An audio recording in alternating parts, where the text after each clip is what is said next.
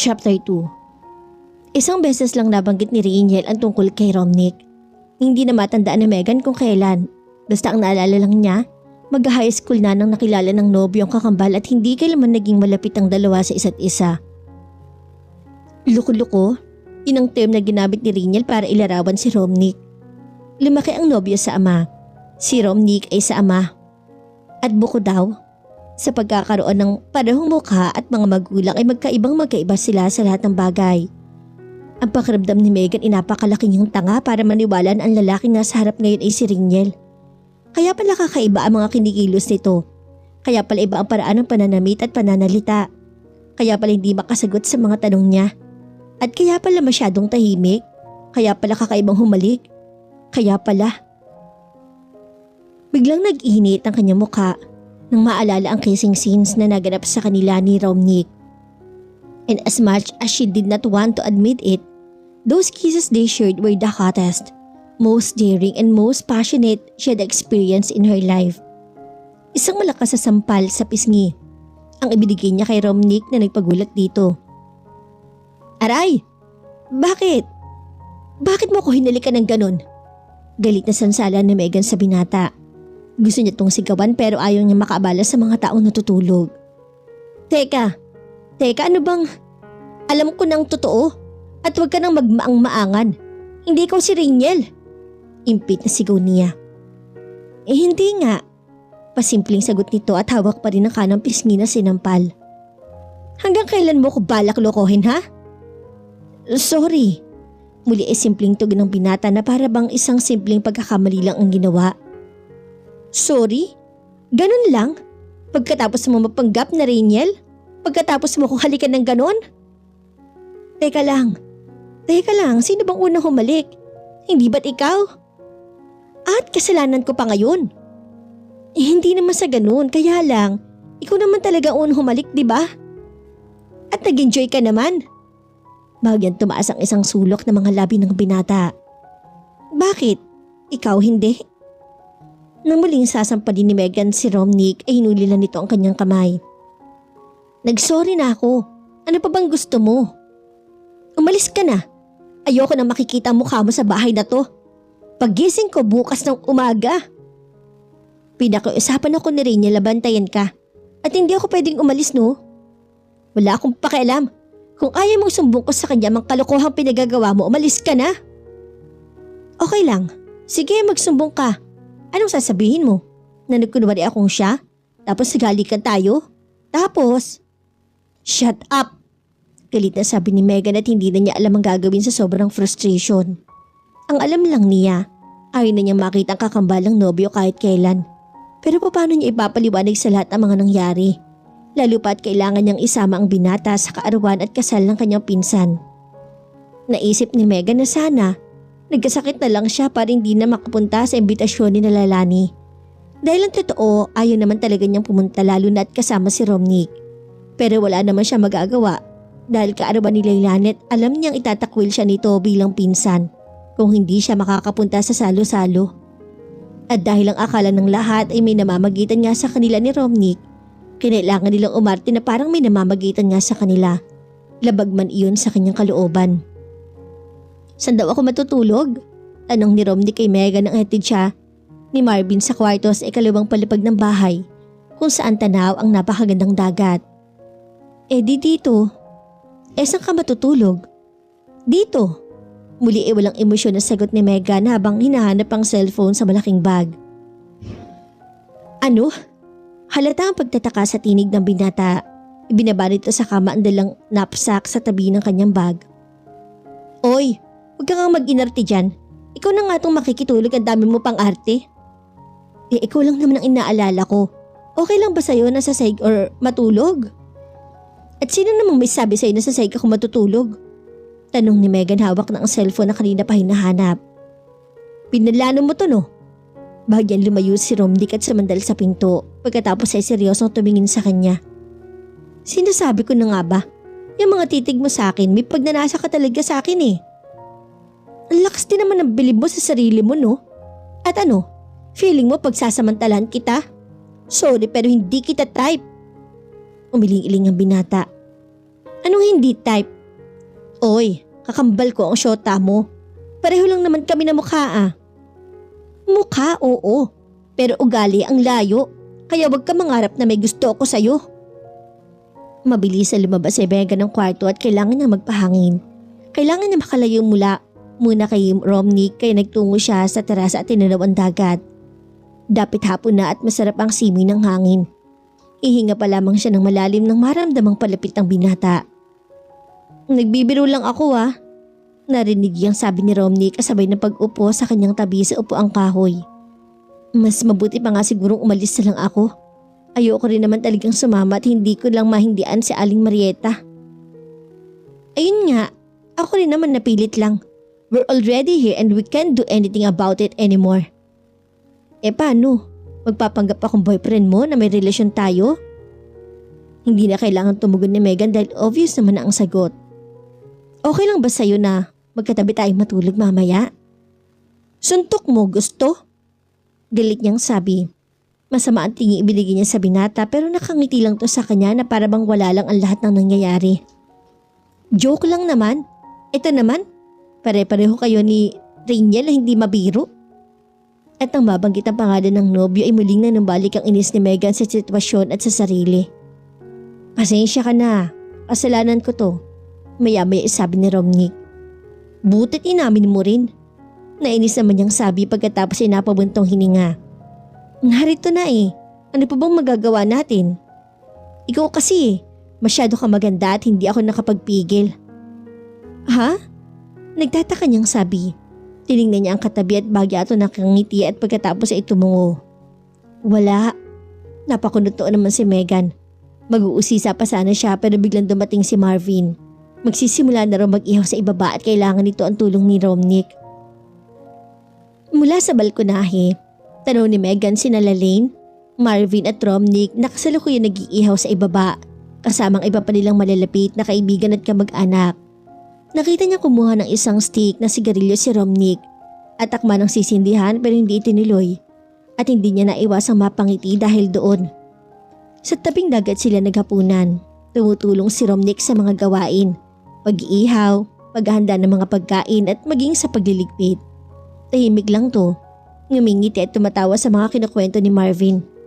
Alam ni Megan na hindi komportable si Romney sa buong hapunan dahil na rin sa sitwasyon kaya hindi niya maintindihan kung paano nagagawa ng binata ang ngumiti. Tumawa at makapagkwentuhan sa lahat kahit pa alam niyang gusto na nitong umuwi na lang kaysa sa magtagal pa ron kasama siya. Okay ka lang? Tanong ni Romney kay Megan. 11:00 na ng gabi tapos na ang hapunan at tulog na ang karamihan.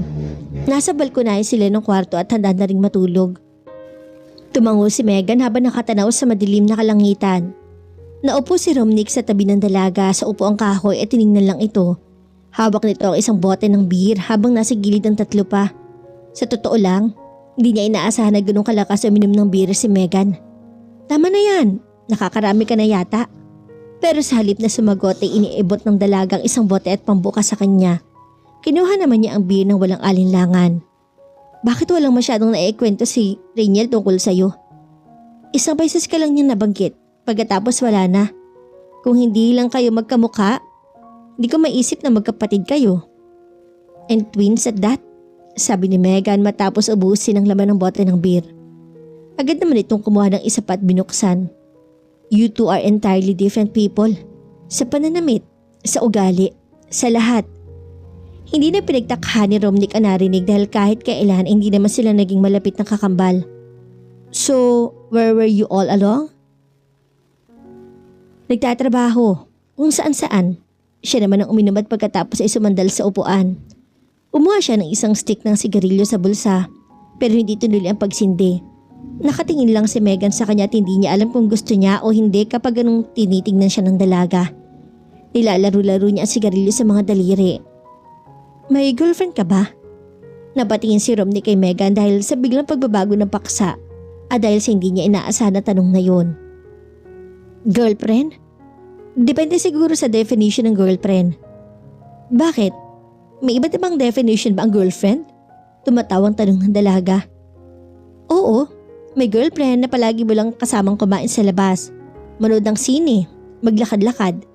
May girlfriend na nakakausap mo tungkol sa mga iniisip mo, mga plano, mga bagay-bagay. Tapos may girlfriend na kasama mo lang sa kama. Sumama ang mukha ng dalaga at alam ni Romnick na hindi niya nagustuhan ang sinabi niya. Yung girlfriend na mahal mo. Ilang sandali pa bago ulit sila makapagsalita.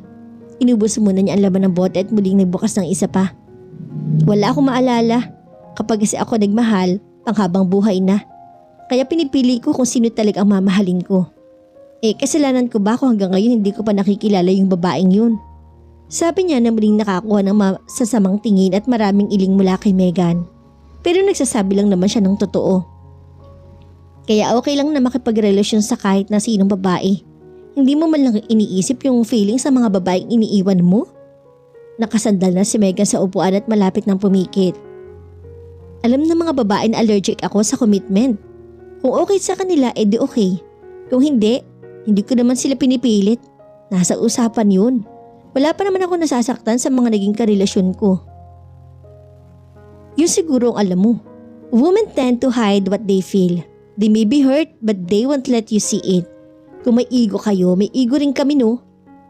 Minsan ayaw namin na nakikitang nasasaktan at kinaaawaan. Ganon ka ba? Minsan, simple nitong sagot. So wala kang balak magkapamilya? Pinagmasda ni Romnick si Megan. Unang-una, hindi dapat siya kinakausap ng dalaga dahil galit na galit to sa kanya. Pangalawa, dapat wala tong pakialam sa kanyang buhay. Pero ngayon tinatanong siya ni Megan tungkol sa mga personal na bagay. Pamilya, malabo yun, sarili ko nga di ko maalagaan. Pamilya pa? Kawawa lang yun sa akin. Ayaw mo ng responsibilidad, ganun ba?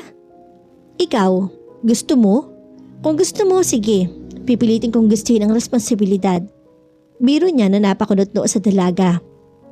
Joke lang, ito naman, allergic ako sa responsibilidad. Kung gusto ko yun, matagal na siguro ako nag-asawa. Baka 1 dosena ng anak ko ngayon. Pamilya? Hassle yun, di pa ako sawa sa buhay ko eh. Seryoso ang mukha ni Megan at hindi alam ni Romney kung anong nasa isip ng dalaga. Pero sigurado siya na kung may iniisip man ito, si Rainiel yun at hindi siya. Hindi naman talaga nakapagtataka. Si Rainiel ang boyfriend ni Megan at hindi siya. Si Rainiel ang dapat na naroon ngayon at kasama nito at hindi siya. At si Rainiel ang mahal ng dalaga at hindi rin siya. Hindi mabilang ni Romney kung ilang beses na tumawag si Rainiel kay Megan sa araw na yun. Sa umaga, sa tanghali, sa gabi. Gusto nga sana niyang tanungin si Megan kung ano-ano ba ang pinag-uusapan nila at kung hindi ba ito nagsasawa sa pakikipag-usap sa kanyang kapatid. Kanina lang, habang nasa biyahe kausap na naman ng dalaga si Rainiel sa cellphone. At muli, naisip ni Romney kung gaano kaswerte ang kakambal sa buhay. Siguro nga, mahal na mahal ni Rainiel si Megan kaya ganoon na lang ito kung mag-alala sa dalaga. Kaya rin siya pinakiusapan na kakambal na alagaan si Megan hanggang naroon sila at huwag itong pababayaan. May nabanggit pa si Rainiel na bantayan niya si Megan at huwag hahayaan na lumabas ng mag-isa. Para kay Romnick, sobrang paghihigpit na yun sa parte ni Megan. Pero kung ganun nga siguro kaganda ang kanyang syota, malamang ganung klase ng paghihigpit ang gagawin niya. At muli napailing si Romnick at muling naitanong sa sarili kung bakit siya napunta sa ganung sitwasyon. Aminin man niya o hindi, ngayon lang ulit siya nakahumaling sa isang babae. Sa tinagal-tagal ng panahon. Oo, nahumaling. Hindi simpleng atraksyon at hindi simpleng pagkagusto lang. At sigurado siya ron. At marahil, kung hindi lang talaga girlfriend ni Rainiel si Megan, malamang ikatabi na niya sa pagtulog ang dalaga noon palang unang gabi na tumapak siya sa bahay ng pamilya nito. Natawa siya sa sarili. Ano ba itong naiisip niya? Maganda si Megan at walang duda.